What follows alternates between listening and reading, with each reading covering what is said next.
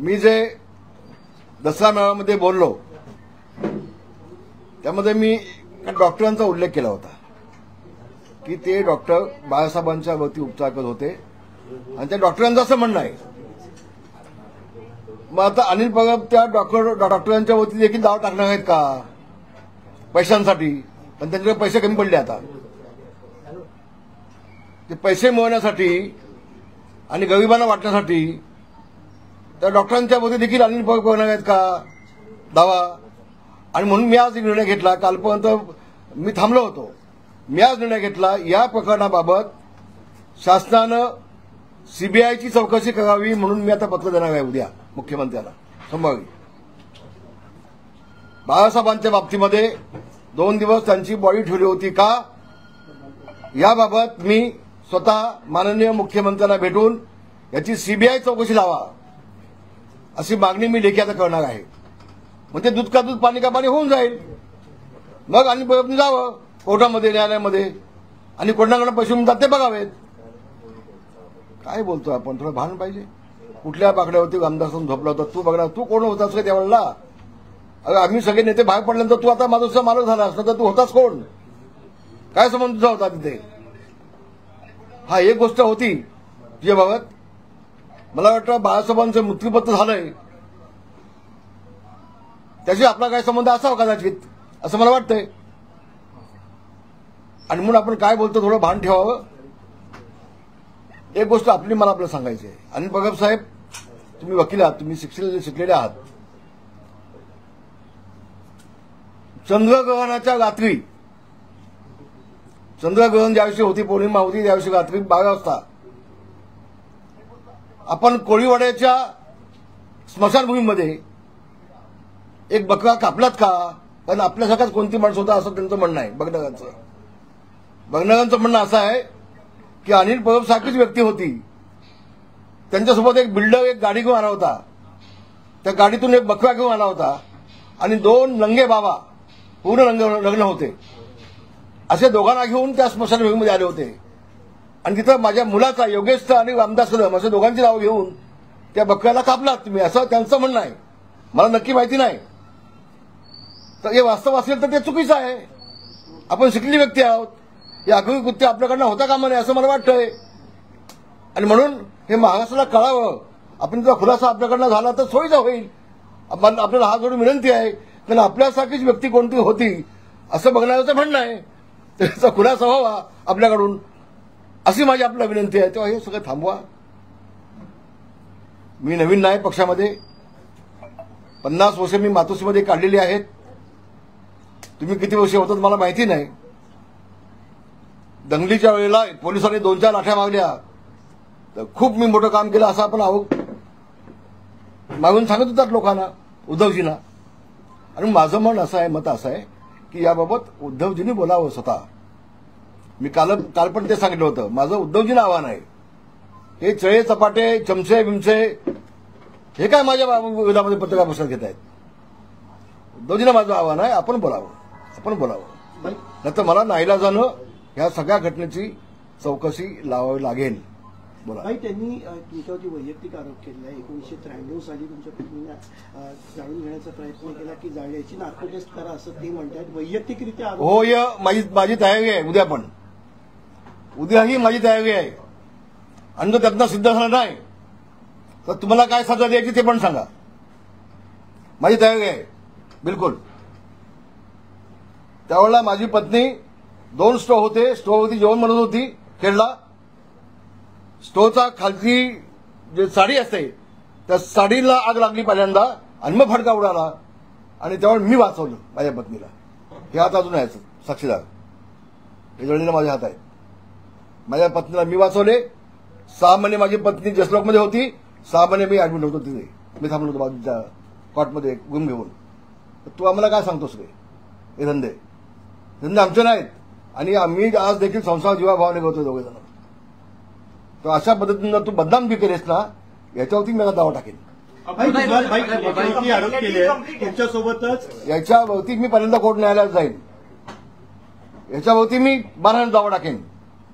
100% टाकेन. आता बोला. नाही, तुमच्यावरती आरोप केले योगेश दादांवरती आरोप केले की आईच्या नावाने बार चालवणारे बाग नव्हता, ही खोटी अफवा देऊन आमची मारहाणी करण्याचा प्रयत्न आहे. ऑर्केस्ट्रा होता, ऑर्केस्ट्राचं परमिशन होतं आणि ज्या सेटिंग चालूच होता त्याच्याकडे अग्रिमेंट नव्हती, ते अग्रिमेंट आम्ही दिले. आणि हे जेव्हा आमच्या लक्षात आलं एखादी मुलगी विक्षिप्त हवा करत होती, एवढं कळल्यानंतर आम्ही ते हॉटेल देखील बंद केलंय. आम्ही इज्जत घेऊन बसलोय. तुमच्यासारखे कोणाच्या बाबतीमध्ये स्मशानामध्ये बक्का कावाची आम्हाला गरज नाहीये. आणि असाल तर सांगा. तर हे जे तुम्ही माझ्या पत्नीच्या बाबतीत आज काढलंय ना, मला दुःख झालंय, वेदना झाल्यात. आणि मी न्यायालयात गेल्याशिवाय राहणार नाही. तुला दाखवीन मी आता, तुला दाखवीन. सर, त्यांनी अब्दुल नुकसानीचा तुमचा दावा करणार आहे ते, आणि ते त्याची जे पैसे आहेत त्याचं पूरग्रस्तांना मी बोललो त्याच्यावरती. आपण आता तुमच्याकडे का पूरग्रस्त असतात, सर? आपण आता बोललो वाटतं मी बोललो त्याच्यावरती की त्यांनी न्यायालयामध्ये जावं, त्याचं स्वागत. पण त्याच्या आधी मी आता या बाबीची चौकशी लावीन. बाळासाहेबांच्या बाबतीत एखादा विषय न्यायालयामध्ये जावा हे मला पटत नव्हतं कालपर्यंत. हे माझ्या मनाला रुचणार नाही. पण जर का तुम्ही अशा पद्धतीनं मला खोटं ठेवत असाल, त्या डॉक्टरांना खोटं ठेवत असाल, तर मला देखील न्यायालयामध्ये जायला लागेलच. नव्हे त्याच्या आधी मला चौकशी करायला लागेल. मी सीबीआय चौकशी मागेन या सगळ्या घटनेची. आणि येऊ दे उद्धव साहेबांना पुढं सांगायला.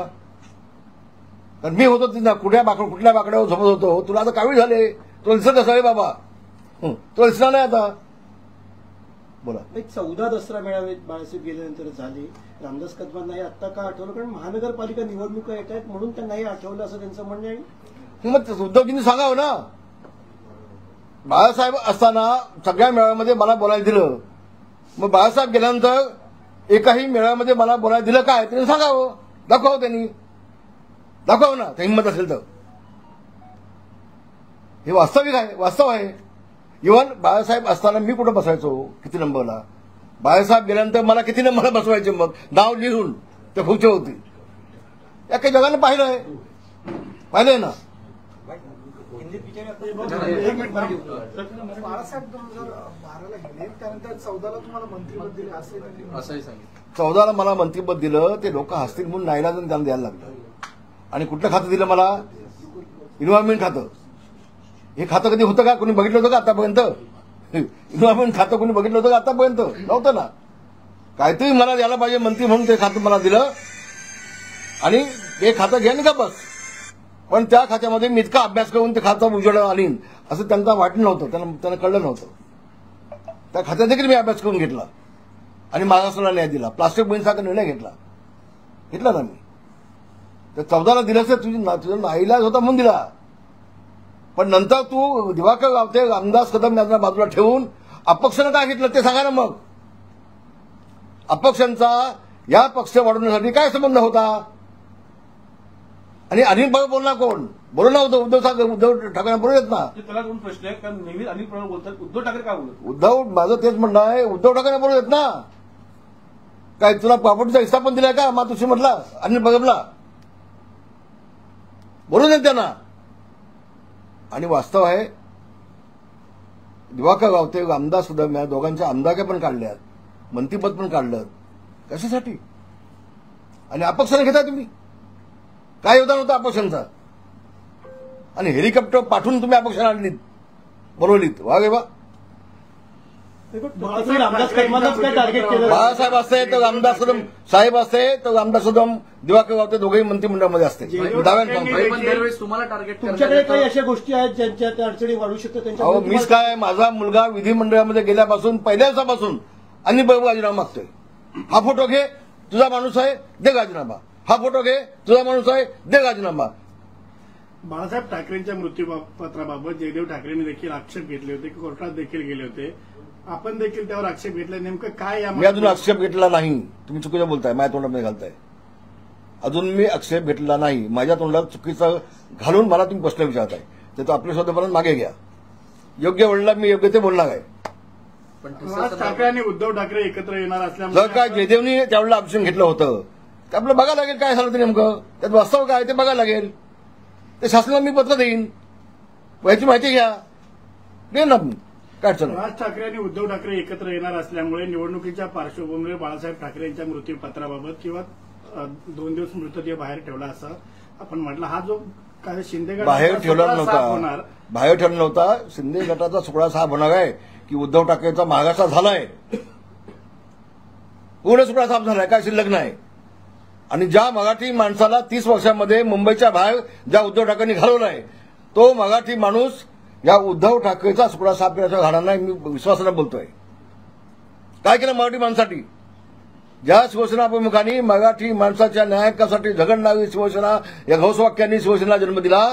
30 वर्ष तुझ्या हातामध्ये महानगरपालिका होती. 30 वर्षामध्ये तू मराठी माणसासाठी काय केलं याचं मला उत्तर दे, आणि मग कोणाचा सुकडा साफ होणार कळेल. बरं, त्यांनी असे आरोप केले का एकनाथ शिंदेने जेव्हा बंड केला होता तेव्हा तुम्ही अनेक चॅनल फोन दिले होते का उद्धव ठाकरेंनी साथ मी कधीच सोडणार नाही, आणि आज मात्र एकनाथ शिंदे बरोबर. मी असं कधी बोललो नाही. मी त्यावेळेला ढसाढसा घडलोय आणि उद्या महाराष्ट्राने पाहिलंय. हा चमचा बोलणार कोण आहे?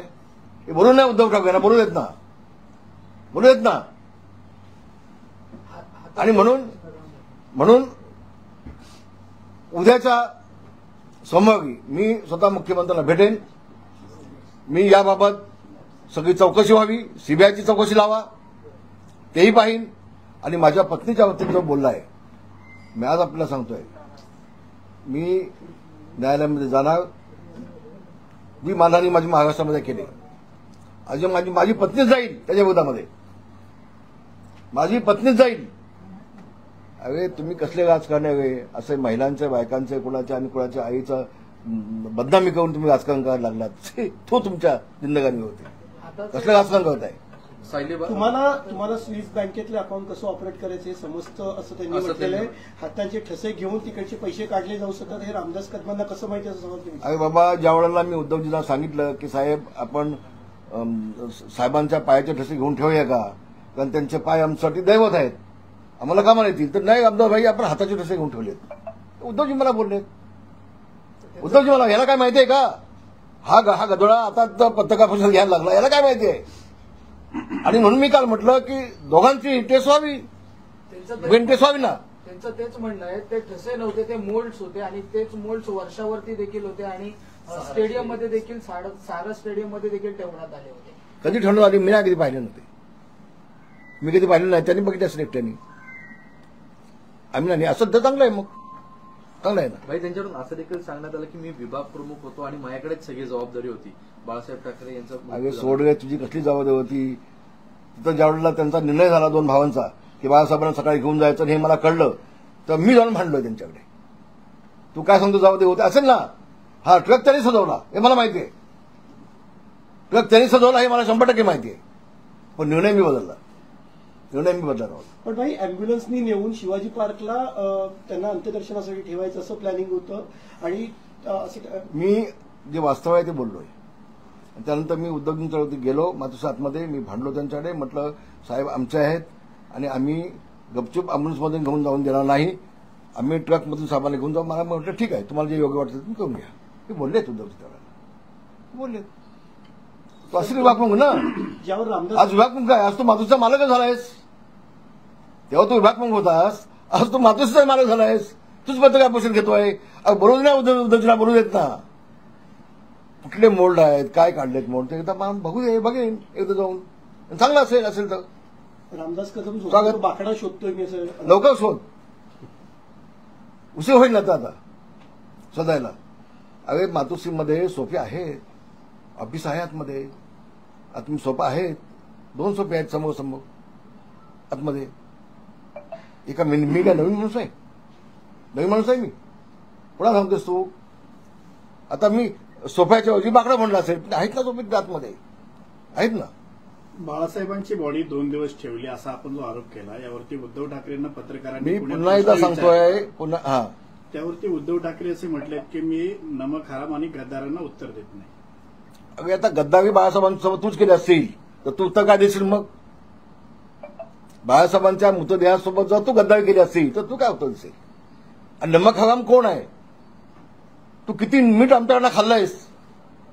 उद्धव ठाकरेंनी किती नमक आमच्याकडनं खाल्लंय तो विसरला असेल. आम्ही नाही विसरलो, कारण आम्ही नमक देऊन दिलेलं आहे. नमक हरामी तू केलेस, आम्ही काय केली सांगावं? नमक नाही घेतलं आमच्याकडून, मीठ नाही खाल्लं आमचं. उद्धव ठाकरेंनी आपण सांगितलं की शिवसेना पक्ष माझाच आहे, निवडणूक आयोगाला अधिकार नाही चिन्ह आणि पक्ष देण्याचा. ना त्याविषयी मी आज काय बोलणार नाही, तो विषय माझा नाही. काही वर्षांपूर्वी पक्ष मी चालवत नाही, तो विषय माझा नाही. काही वर्षांपूर्वी राज ठाकरेंनी आरोप केले होते बाळासाहेबांना चिकन सुमाई तेलकट वडे दिले. अशा पद्धतीची ह्या सुद्धा खऱ्या घटना आहेत का? तुम्ही मातोश्री नाही, ते मला वाटतं थापाला आपण विचारलं तर वास्तव काय ते कळेल. मी इतका खाली कशाला जाऊ, इतकं खाली मी जाणार नाही. पण थापा अजून जिवंत आहे, थापाला आपण विचारलं, त्याची स्टेटमेंट घेतली तर वास्तव आपल्याला कळेल काय ते. भाई पण म्हणजे राज ठाकरे बोलले त्यामध्ये किती तथ्य आहे की नाही हे कळेल ना तुम्हाला. भाई सातत्याने आपल्या पत्नींवरती आरोप करण्यात आहे. सायली बार रेस्टॉरंटच्या वेळेस पण म्हणजे रामदास भाईंसंदर्भात दुसऱ्या काही गोष्टी मिळत नाही म्हणून कौटुंबिक विषय काढले जात आहेत. अगे तुम्ही माझ्या पत्नीचा विषय काढता, जी घटना 92ला घडली, 92ला घडले आणि मी माझी पत्नी त्यातून बाळासाहेब स्वतः आले होते, याला लाज वाटली पाहिजे. स्वतः साहेब त्यावेळेला जसलोक हॉस्पिटलमध्ये येऊन बसले, साहेबांनी सगळ्या डॉक्टरांची मिटिंग घेतली आणि माझ्या पत्नीला वाचवलंय. आणि तुम्ही आमची बदनामी करता काय? उस्माता हिरे त्यावेळेला मंत्री होत्या, त्या स्वतः येऊन बसायच्या हॉस्पिटलला, स्वतः हॉस्पिटलमध्ये बसायच्या. साहेब स्वतः आले होते जसलोकमध्ये आणि तुम्ही बदनामी करताय आमची. याचं उत्तर मी देईन त्याला आता, कदम साहब कायद्यानं उत्तर देईन. हिंदी में आप बता दें, ये जो पूरा आरोप लगाया है अनिल परब ने, इस आरोप सब आरोप झूठा है. वो बोलते हैं मैं मारने का दावा डालूंगा, पैसा मिलेगा मुझे, मैं बांटूंगा. तो उनके पास केबल का पैसा तो बहुत है ना, अब उनको मालूम नहीं. वो केबल की मैंने जांच लगाई है अभी. अनिल परब के साथ कहा कितने कितने पार्टनर है, उसके पिताजी के नाम पे, उसके बहन के नाम पे, उसके नाम पे, वो सबकी जांच मैंने लगाई है. उसको अभी तो पता नहीं है. तो पैसा बहुत उसके पास है. तो पैसा मिलने के लिए वो अगर कोर्ट में जाता है, बाला साहब के लिए नहीं जा रहे हो भाई तो अच्छी बात है. दो सवाल है. एक तो किन आधार पर आप यह आरोप लगा रहे हैं कि 2 दिनों तक संभवतः उनका शव रखा गया होगा? देखिए जो डॉक्टर बाला साहब के ऊपर उस वक्त वो जांच कर रहे थे, वो डॉक्टर ने मुझे खुद बताया कि कदम साहब उस टाइम ऐसा हो गया. हम लोग बोल गए कि आप जाहिर कर लो, लेकिन नहीं हुआ 2 दिन. वो डॉक्टर ने मुझे बताया, मैंने बोल दिया. आपने तो ये क्या मेरा खुद का भी बयान नहीं ना, मैंने भाषण में भी उनका उल्लेख किया डॉक्टर का. तो उन लोग डॉक्टर को पूछना चाहिए ऐसा क्यों बोला भाई, बोलना चाहिए, पूछना चाहिए. कल अभी छोड़ो, अभी मैं इसकी जांच करने के लगाऊंगा. सीबीआई की जांच होनी चाहिए उसकी. तो दूध का दूध, पानी का पानी हो जाएगा. फिर ये वहां से कोर्ट में जाके क्या करते हैं मैं देख लूंगा ना. सीएम साहब को पत्र भी लिखने वाला भी तो खुद जाके मिलूंगा, मैं खुद जाके मिलूंगा. सर इसमें एक इम्पोर्टेंट बात यूपीटी के नेता हाईलाइट कर रहे हैं कि ये मामला अभी क्यों उठाया जा रहा है, जबकि उनकी डेथ हुए 12-13 सालों में. तो जब मेरी पत्नी का 93 में हुआ था तो अभी क्यों निकाला उसने? वो जो वाकया हुआ था वो 93 में हुआ था, 92 में हुआ था. ये तो 10 साल हुए अभी. तो 40 साल पहले की बात. अभी तू था जब भी देखने को गांव में क्या हुआ था, अनुभव था जब ये गांव में खेड़ में उस वक्त गाड़ी भी नहीं थी. मैं बस मेरे मिसेस को मुंबई में लाने के लिए उस वक्त गाड़ी भी नहीं थी. क्या किया मेरे जान को मालूम है. तो क्या बोल रहा है, नमक चढ़ा है हमें जख्म के ऊपर. भाई आपने कहा है कि एक बलि का आरोप लगाया है परिवार पर, आपके ऊपर. तो किस तरह बलि का एक आरोप? वो एक बकरा दिया, मैं बोला ना, वो जो बोलने वाला था, मैं बस वो बोला अनिल परब जैसा आदमी था. अभी देखेंगे जब चंद्रग्रहण था रात को, तभी चंद्रग्रहण में 12 बजे ये वाकया हुआ है कोळीवाड़े में, स्मशान में. एक बिल्डर भी था उनके साथ में. वो बकरा वो 2 आदमी लेके आया था, 2 नंगे थे दोनों भी. भाई 2 चीजें. एक तो नार्को टेस्ट को लेकर वो आपको चैलेंज कर रहे हैं, क्या आप उसके लिए तैयार हूं? बिल्कुल तैयार हूं. बोलो कभी, दोनों का होना चाहिए, उद्धव का भी मेरा भी. तैयार बिल्कुल, आज तैयार हूं मैं. भाई इसके अलावा आप चूंकि नार्को टेस्ट के लिए तैयार है, 8 दिनों तक आप वहीं पर थे दिन रात, क्या घटनाक्रम था, अगर कुछ बता ताकि आप. नहीं, मैं कल बता दिया. साहब बीमार थे, हम लोग सब जाते आते थे वहां, रात को सोते भी थे. मिलिंद नार्वेकर वो बाला साहब के बंगले में मातुस के बाजू में जो गेस्ट हाउस है, मिलिंद नार्वेकर वो गेस्ट हाउस में सोता था. पूछो उसको.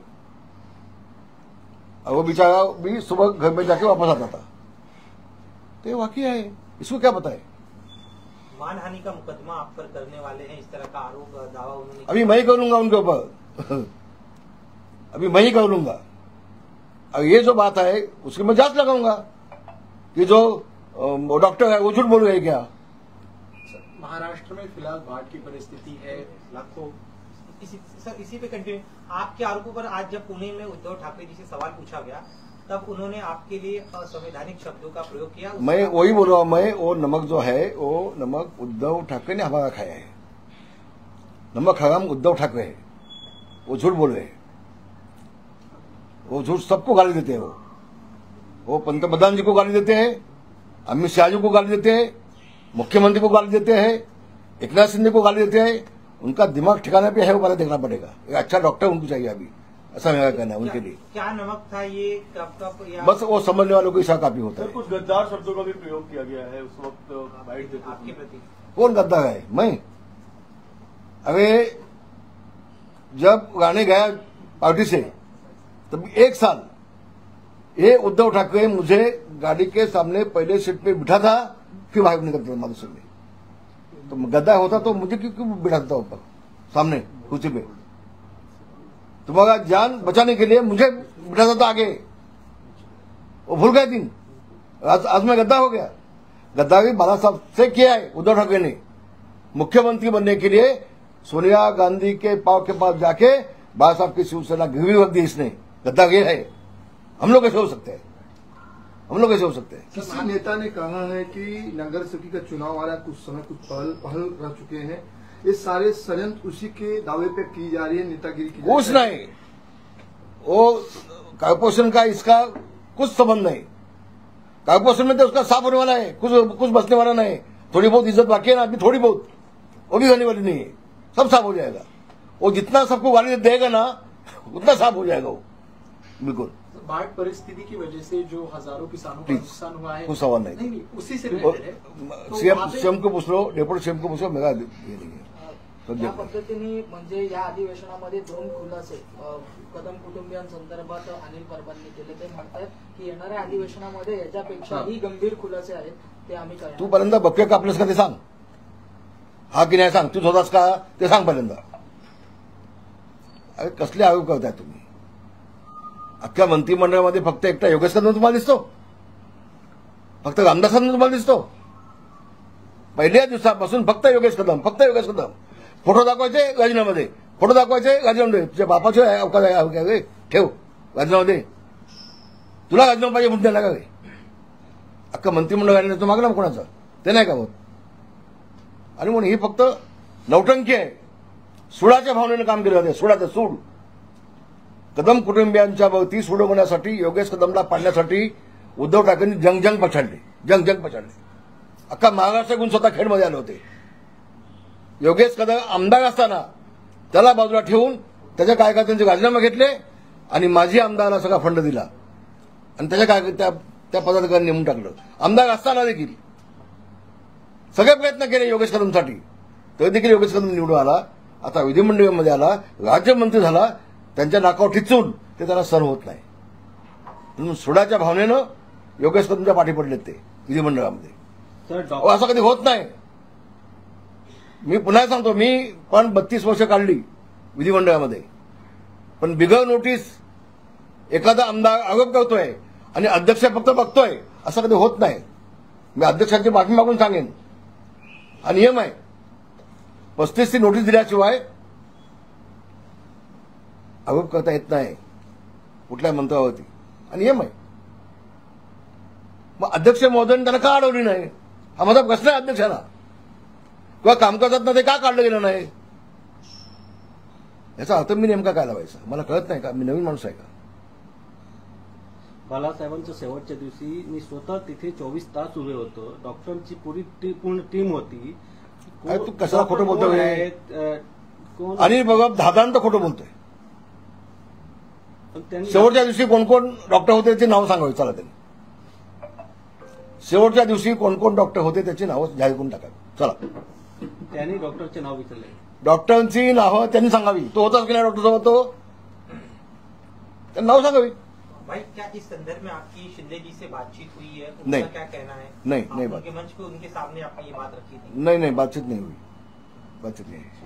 ओके, धन्यवाद। सर, उन्होंने एक सवाल ये भी कहा कि एकनाथ शिंदे जी क्यों चुप है, उनको बोलना चाहिए। रामदास कदम जी के इस आरोपों पर, बाला साहेब के आरोपों पर शिंदे जी क्यों चुप है, उनका ये भी कहना। उद्धव ठाकरे चुप क्यों है? उद्धव ठाकरे चुप क्यों है? मैंने तो ये कहा था कि वो डॉक्टर ने मुझे कहा कि ऐसी जी बात कदम साहब हुई, ये बात बोला मैं, ये बात बोला था, तो वो चुप क्यों है? उद्धव जी बोलना चाहिए ना, उद्धव ठाकरे मुख खोलना चाहिए ना। मराठी शेवट उद्धव ठाकरे त्यांचं म्हणणं असं की एकनाथ शिंदे त्याच्यावरती गप्प का आहे, एकनाथ शिंदेने हा विषय मान्य आहे का? होय, मान्य आहे, मान्य आहे. मीटिंग झाल्यानंतर स्वतः एकनाथ शिंदे मला फोन केला होता, आणि मान्य नाही होता प्रश्न कुठे येतो? प्रश्न येतो कुठे? तो हा म्हणतो शेवटच्या क्षणापर्यंत मी डॉक्टर उत्सव मी होतो. कोण डॉक्टर होते सांग मला तू? गप्प काय ते? एकनाथ शिंदे गप्प काढते अशी एकनाथ शिंदे बोलत नाही. मी नेता आहे पक्षाचा, मी एकनाथ शिंदे पक्षाचा ज्येष्ठ नेता आहे, मी सिनियर माणूस आहे, हे त्याला माहिती नाही, हे चमत्याला कुठे माहिती आहे? हे आता आम्ही बाहेर पडल्यानंतर हे नेते झालेत आणि हे पुढारी झालेत. भाई आपण म्हटलं की तुम्ही जे सांगितलं की बाळासाहेबांची पार्थिव जे होतं ते 2 दिवस ठेवण्यात आलं होतं मृत्यूनंतर, मला पुन्हा तुम्ही हा बोला. ते डॉक्टरांची नावं आपण सांगू शकाल? हो, मी भाषणामध्ये बोललोय, तुम्ही माझं भाषण नेमकं नीट ऐकून घ्या, मग तुम्हाला कळेल. तुमच्या पुतण्याने आत्महत्या केली फक्त- होती असं त्यांचं तो एक त्यांनी म्हणणं आहे. केलं. तुमच्या पुतण्याने काही वर्षांनी आत्महत्या केली, त्याची पण चौकशी करा, नार्को टेस्ट करा. कुठल्या पुतण्याने आत्महत्या केली? असं आमच्या कुठल्या पुतण्याने आत्महत्या केलेली नाही आतापर्यंत. माझ्या कुठल्याही पुतण्याने आत्महत्या केली नाही. हा महाराष्ट्राला फसवतोय, आमची बदनामी करून चाललंय. वया उद्धव ठाकरेंचा स्वभाव आहे, स्वतः बोलायचं नाही, इतरांना पुढे पटवायचं. आम्हाला माहिती आहे. तर कुठल्या पुतण्याने आत्महत्या केली तर सांग म्हणा, एकदा नाव सांग, त्याचं नाव सांग ना. ते सगळ्याचं खोटं आणि चांगलं तुम्ही मला बोललात तर मी आता पत्रपरिषदेचे काढीन आणि या सगळ्या बाबी होती मी न्यायालयात जाईन. आज अनिल परब ने योगेश जी को भी कटघरे में खड़ा किया, बार के संदर्भ में उन्होंने सवाल उठाया, उस पर आपका? मैं फिर से आपको बोल रहा हूं, मैं ये बार नहीं है, 35 साल से होटल है, और उसने लेडीज बार करके उसने विधिमंडल में कहा हमारी बदनाम की है. वो लेडीज बार नहीं है, खाली ऑर्केस्ट्रा उसमें. और युवा हमने शरद शेट्टी नाम के सोसाइटी है उसको चलाने को दिया है, उससे एग्रीमेंट किया है, उसकी जिम्मेदारी है. तो जब मुझे पता चला कि एक उसमें एफआईआर में लिखा है एक कोई लड़की अलग तरह से हवा उसका था, हमने इमीडिएट उसको नोटिस दिया, होटल से उसको निकाल दिया, होटल को लॉक भी लगा दिया. हम लोग लेडीज बार के माध्यम से पैसा खाने वाले लोग नहीं है.